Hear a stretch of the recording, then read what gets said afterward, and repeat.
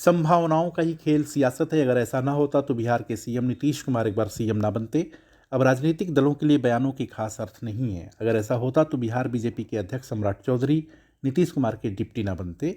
आपको याद होगा कि किस तरह से सम्राट चौधरी ने कहा था कि नीतीश के ना हटने तक मुरैठा नहीं खोलेंगे, यानी साफा नहीं खोलेंगे। नीतीश कुमार बीजेपी के एक साथ आने की इनसाइड स्टोरी बताने से पहले आप नीतीश कुमार के दो बयान को समझिए। एक जगह वो कहते हैं कि भाई हम लोगों का तो पुराना संबंध है, वो तो बीच में कहीं चला गया था।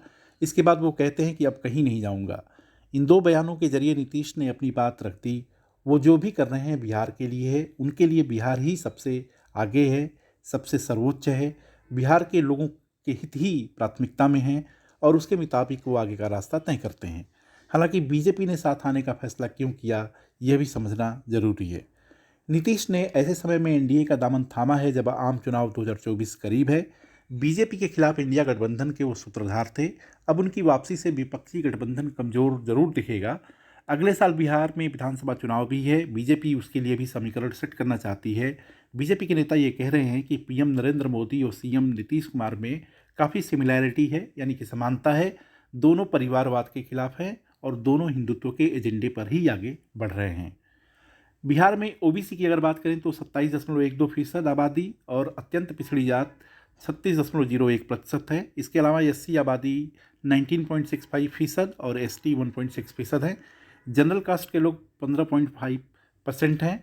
बिहार में ईबीसी शुरू से ही पारंपरिक वोटर नीतीश कुमार का रहा है और अब यह वोट बैंक भाजपा को फायदा पहुंचाएगा। साफ है कि अयोध्या में राम मंदिर निर्माण के बावजूद एनडीए का खेमा बिहार को लेकर उस तरह से विश्वासी नहीं था, यानी कि उसको लगता था कि बिहार में उसकी बात उस हिसाब से नहीं बन पाएगी जो यूपी में बनती। बीजेपी के नेता इस बात को भी समझ रहे हैं कि तीसरी बार यदि केंद्र की सत्ता में वापसी करनी है तो हिंदी भाषी जितने भी राज्य हैं वहाँ पे ज़्यादा से ज़्यादा सीटें हासिल करनी होगी। अगर बिहार की बात करें 2019 लोकसभा चुनाव की, तो यहाँ पे जेडीयू, बीजेपी, एलजेपी ने मिलकर 40 में से 39 सीटें जीती थी, यानी कि स्ट्राइक रेट करीब करीब 100% था। बीजेपी को 17 और नीतीश की पार्टी जेडीयू को 16 सीटें मिली थीं। एलजेपी के खाते में भी 6 सीटें गई थीं। कांग्रेस को 1 और आरजेडी को 0 सीटें मिली थीं।